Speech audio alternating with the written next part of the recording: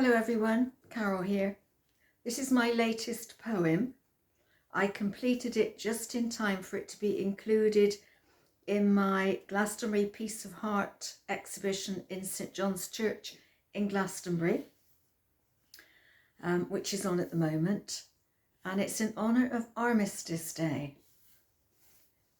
Armistice Day, 11th of November, today, is a day folk always remember.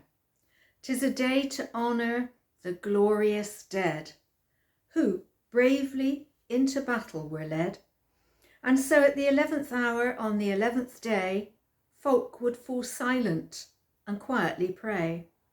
Homage they paid to all those who fought, those who died and those who got caught and imprisoned and deprived of hope, with only their faith to help them to cope.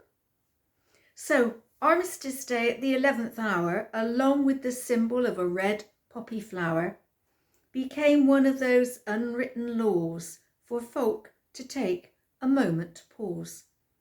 Traffic would respectfully come to a stop, and shopkeepers would all stop serving in shops. Tributes and poppy wreaths would gently be laid by old soldiers and leaders on solemn parades. For a brief moment of time, everything stilled as folk paid homage to those who'd been killed. But as time moved on, it seemed to officials that the nearest Sunday would be more beneficial. So now let's fast forward to 2024. 100 years plus since the end of that war. That war, the war to end all wars, they said, should have brought peace and no more dead. The brave men who died so peace might prevail would be horrified to see today's weapons on sale. Tanks and bombs and bullets and drones and explosive devices detonated by phones. Who gives a toss? Not the leaders for sure, when many of them have investments in war. Stopping the peace talks so their cronies and them can make more money from the murder of men. And the murder of children, their mums and their dads, their aunts and uncles and grands and granddads. Bombs dropped on schools, hospitals just rubble, people buried beneath and in terrible trouble. Rescuers try in their desperation to dig them out of that devastation. Trying so hard with hands bloody and sore, till the cries of the injured are heard no more. Animals too get horribly maimed.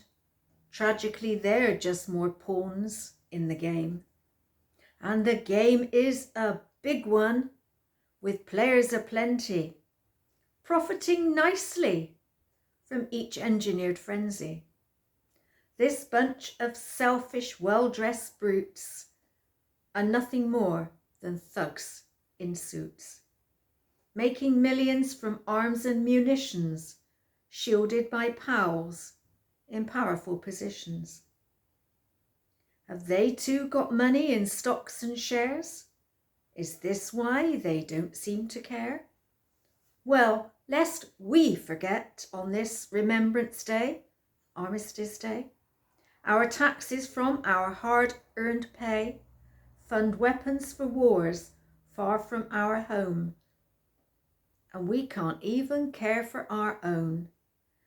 Our precious elders, our cherished treasures, are living lives with much fewer pleasures. They're trying hard to make ends meet, and now must choose to heat or eat. So fast forward to armistice parades, when many will watch as wreaths are laid. Politicians wearing poppies, they pretending to care? Is it all just for show? Because they have to be there. So let's not be fooled by shows of bowed heads, as if they were truly honouring the dead. Let's not be fooled by silver-tongued speeches, when in truth some are behaving like leeches, fracturing families and separating friends in order to serve their nefarious ends. It's time for us people to really unite, to stop petty arguments that cause folk to fight, to realise in time before it's too late that love is the solution to eliminate hate. There is a more loving way through, and that loving way could just start with you. So I'm asking you all to please heed this call, because united we stand, divided we fall. If we are united, we can't be untied.